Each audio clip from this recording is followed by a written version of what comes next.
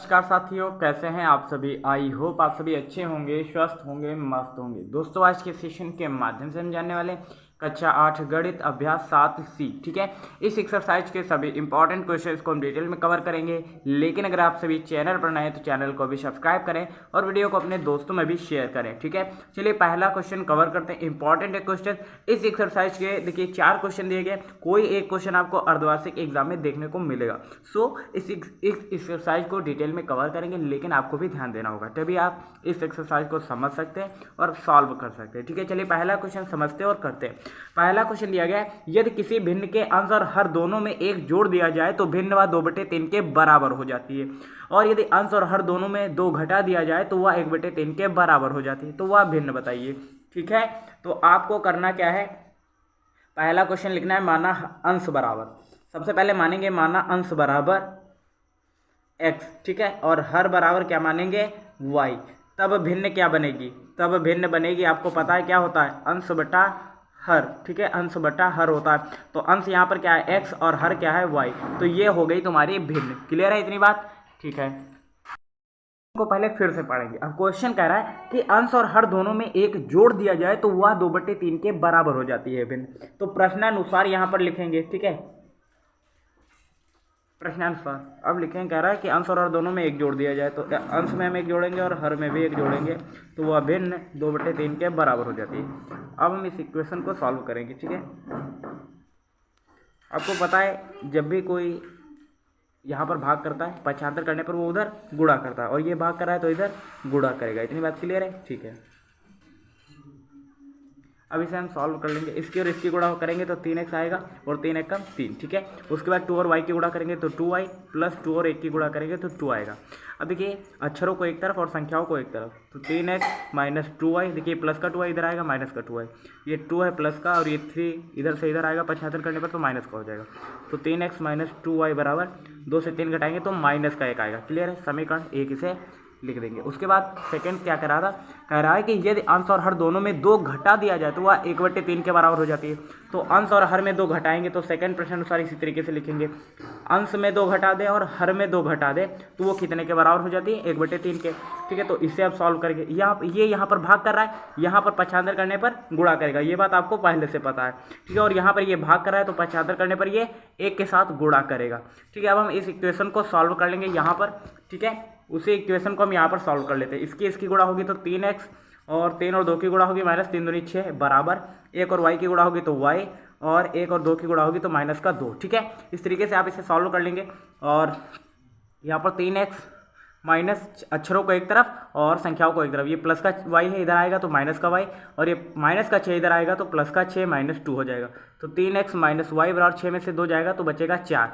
ये समीकरण 2 बन जाएगा। ठीक है, देखिए यहाँ पर देख पा रहे हैं समीकरण 1 में 3x है, यहाँ भी 3x है। आप विलोपन विधि से इसे सॉल्व कर सकते हैं। तो यहाँ पर लिखेंगे आप, ठीक है, विलोपन विधि से। ठीक है, यहाँ पर हेडिंग लगाएंगे विलोपन विधि से, इस तरीके से। ठीक है, प्रॉपर आपको लिखना है, विलोपन विधि से लिखेंगे। इसे इस समीकरण को लिखेंगे पहले 3x माइनस 2y बराबर माइनस का 1, और फिर समीकरण 2 को लिखेंगे इसी के जस्ट नीचे बराबर 4, और यहाँ पर क्या लिखेंगे, घटाने पर। ठीक है, घटाने पर, क्योंकि 3x में से 3x घटाएंगे तो 0 हो जाएगा, तो यहाँ पर घटाएंगे। यहाँ पर देखिए प्लस का चिन्ह था तो माइनस का लगा, यहाँ पर माइनस का है तो प्लस का लगाएंगे, और यहाँ पर प्लस का है तो माइनस का चिन्ह। अब 3x कट जाएगा, उसके बाद माइनस का 2y और प्लस का y, तो माइनस प्लस क्या होगा, घटेगा, तो 2y में से y जाएगा तो माइनस का y आएगा। ठीक है, अब ये माइनस का 4 हो जाएगा और माइनस का 1 तो माइनस का 5 हो जाएगा, तो माइनस माइनस कट जाएगा, यानी कि y बराबर कितना आएगा, 5। अब समीकरण 1 में इसका मान अगर रख दे, ठीक है, y का, तो हमें x का भी मान मिल जाएगा। तो यहाँ पर रखेंगे 3x माइनस 2y, यानी कि 2 गुणे 5 बराबर माइनस का 1। ठीक है, 3x ये 5 दूनी 10 होगा बराबर माइनस का 1। 3x बराबर ये माइनस का 10 है, उधर जाएगा तो प्लस का 10 हो जाएगा, उसमें से 1 घटाएंगे तो 9 आएगा। तो x बराबर कितना आएगा, 3 कम 3 3 3 या 9, तो x बराबर आएगा 3 और y बराबर 5 आएगा। यानी कि यहाँ पर भिन्न क्या बनेगी, x बराबर आया 3 और y बराबर आया 5, यानी कि 3/5 वो भिन्न होगी, और यही आपका राइट आंसर आ रहा होगा। देखिए विलोपन विधि भी आपको आनी चाहिए, इक्वेशन को सॉल्व करना भी आना चाहिए, और क्वेश्चन को सबसे इंपॉर्टेंट है कि समझना। जब तक आप क्वेश्चन को ही नहीं समझ पाएंगे तब तक आप प्रोसेस और पैटर्न सीख ही नहीं पाएंगे। तो सबसे पहले क्वेश्चन को समझें, क्या पूछ रहा है उसे माने, अगर नहीं दिया गया है तो उसे उसी तरीके से सॉल्व करने का प्रयास करें। ठीक है, तो चलिए इसका आंसर चेक कर लेते हैं क्या आ रहा है या नहीं। ठीक है, इसका आंसर तो आ गया। आप चलते हैं सेकंड क्वेश्चन की तरफ। सेकंड क्वेश्चन क्या कह रहा है, यदि किसी भिन्न के हर में एक जोड़ दिया जाए। चलिए वही क्वेश्चन है, उसी तरीके से भिन्न हमें ज्ञात करनी है, तो फिर से वही करेंगे। क्या करेंगे, यहाँ पर सेकंड क्वेश्चन लिखेंगे और माना अंश बराबर। सबसे पहले ये आपको करना है, माना अंश बराबर कितना मानेंगे x, और हर बराबर मानेंगे क्या y। तब भिन्न क्या बनेगी, आपको पता है भिन्न कैसे बनती है, अंश बटा हर से। ये बात क्लियर है। तो अंश में आपने क्या माना x और हर में क्या माना है y। क्लियर है ना इतना, ठीक है। अब यहाँ पर लिखेंगे फर्स्ट शर्त के अनुसार। कह रहा है किसी भिन्न के हर में एक जोड़ दिया जाए, अंश में नहीं जोड़ने को कह रहा है हर में एक जोड़ दिया जाए। तो x बटा वाई, तो ये तो हो गई भिन्न। इसमें कह रहा है हर में एक जोड़ दिया जाए, तो हमने हर में एक जोड़ दिया।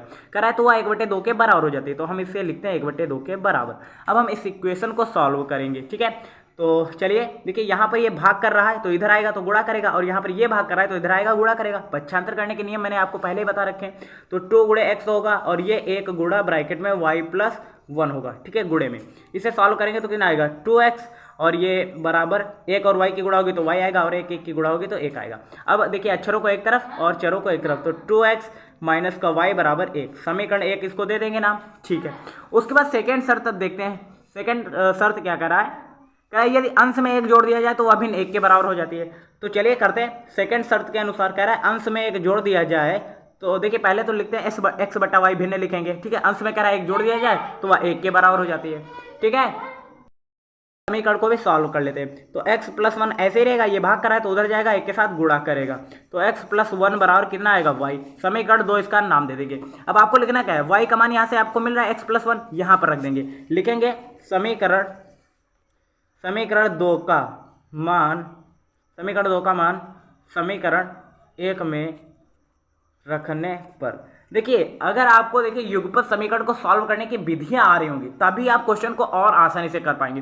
देखिए पिछली हमने पहला क्वेश्चन जो यहाँ पर दिया गया था उसे हमने विलोपन विधि से सॉल्व किया था, और अब हम इस इक्वेशन को प्रतिस्थापन विधि से सॉल्व करेंगे। देखिए अगर आपको विलोपन विधि और प्रतिस्थापन विधि आ रही होगी तो आप इन क्वेश्चन को बहुत ही आसानी से कर पाएंगे, और अगर आपको नहीं आ रही होंगी तो यहाँ पर आपको सीखने की जरूरत है, ठीक है। तो हमने कहा कि समीकरण 2 का मान समीकरण 1 में रखने पर, तो समीकरण 2 का मान क्या है, y बराबर x+1। तो जहां पर y दिया गया वहां पर हम x+1 रखेंगे, तो यहां पर दिया गया 2x माइनस y के जहां पर रखेंगे x+1 बराबर यहां पर 1 दिया गया है तो 1 लिखेंगे। अब हम इसी इक्वेशन को यहां पर सॉल्व करेंगे। तो यहां पर 2x माइनस का कितना दिया गया, ये x के साथ ब्रैकेट खुलेगा तो माइनस हो जाएगा, और प्लस का 1 माइनस, तो माइनस का 1 बराबर 1, ठीक है। तो 2x में से एक x जाएगा तो x बचेगा, और ये माइनस का 1 है उधर जाएगा तो प्लस का 1 हो जाएगा, तो x बराबर कितना आएगा 2 आएगा। अब हमें y का मान चाहिए, तो y का मान हम समीकरण 2 में रखेंगे तो मिल जाएगा। यहाँ पर दिया गया x+1 बराबर y, तो y दिया गया, ठीक है। तो यहाँ पर रखेंगे 2 + 1 बराबर y, तो ये कितना हो जाएगा 3 बराबर y। अब भिन्न क्या होगी, अंश में देखिए 2 दिए, अंश में कितना दिया गया x दिया गया, और x का मान कितना आया 2, और हर में y दिया गया तो y का मान कितना आया 3, यानी कि 2/3 इसका राइट आंसर आ रहा होगा। सेम पैटर्न पर आपको ये क्वेश्चन कवर करने। क्वेश्चन आसान है, ठीक है, आप कर भी सकते हैं। ऐसा नहीं है कि कोई भी क्वेश्चन आपको लग रहा हो कि कर नहीं पाएंगे, आप करने का प्रयास करें, आसानी से कर सकते हैं, ठीक है। एक बार ट्राई करिएगा। ये दोनों क्वेश्चन आप सभी के लिए होमवर्क के तौर पे समझने का प्रयास करें सबसे पहले, ठीक है। और आपको अगर विधियां नहीं आ रही, जैसे मान लीजिए युगपत समीकरण को सॉल्व करने की विधियां कौन कौन सी हैं, पहले जान लीजिए।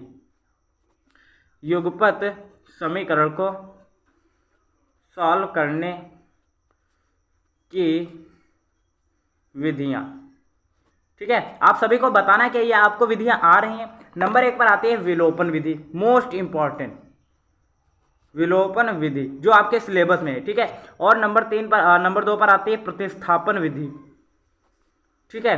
अगले क्लास के पहले आपको ये दोनों विधियां आनी चाहिए, तभी आप आगे के क्वेश्चन आसानी से कर पाएंगे। अगर आपको ये विधियां नहीं आ रही होंगी आप क्वेश्चन को सॉल्व भी नहीं कर पाएंगे। समझ गए, तो सॉल्व नहीं कर पाएंगे, इक्वेशन को नहीं सॉल्व कर पाएंगे।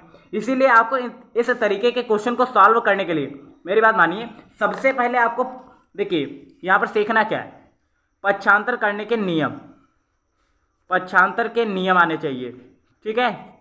चिन्हों की गुणा आनी चाहिए, ठीक है, चिन्हों की गुणा, ठीक है। और ये विधि आनी चाहिए। अगर ये 3 चीजें आपको आ रही होंगी तो कोई भी क्वेश्चन आपसे फंसने वाला नहीं है, ठीक है। और अगर आपको ये तीनों चीजें नहीं आ रही हैं और सीख भी नहीं पा रहे हैं तो आप मुझे कमेंट में बताइएगा। इन तीनों टॉपिक्स पर मैं वीडियो बनाऊंगा आप सभी के लिए, ठीक है। बट आपको कमेंट करना होगा तभी, ठीक है। तो ये क्लास कैसे लगी आप मुझे कमेंट में बता सकते हैं। मिलते हैं नेक्स्ट अमेजिंग वीडियो के साथ, तब तक के लिए जय हिंद, नमस्कार, देखते रहिए SS लाइफ टाइम।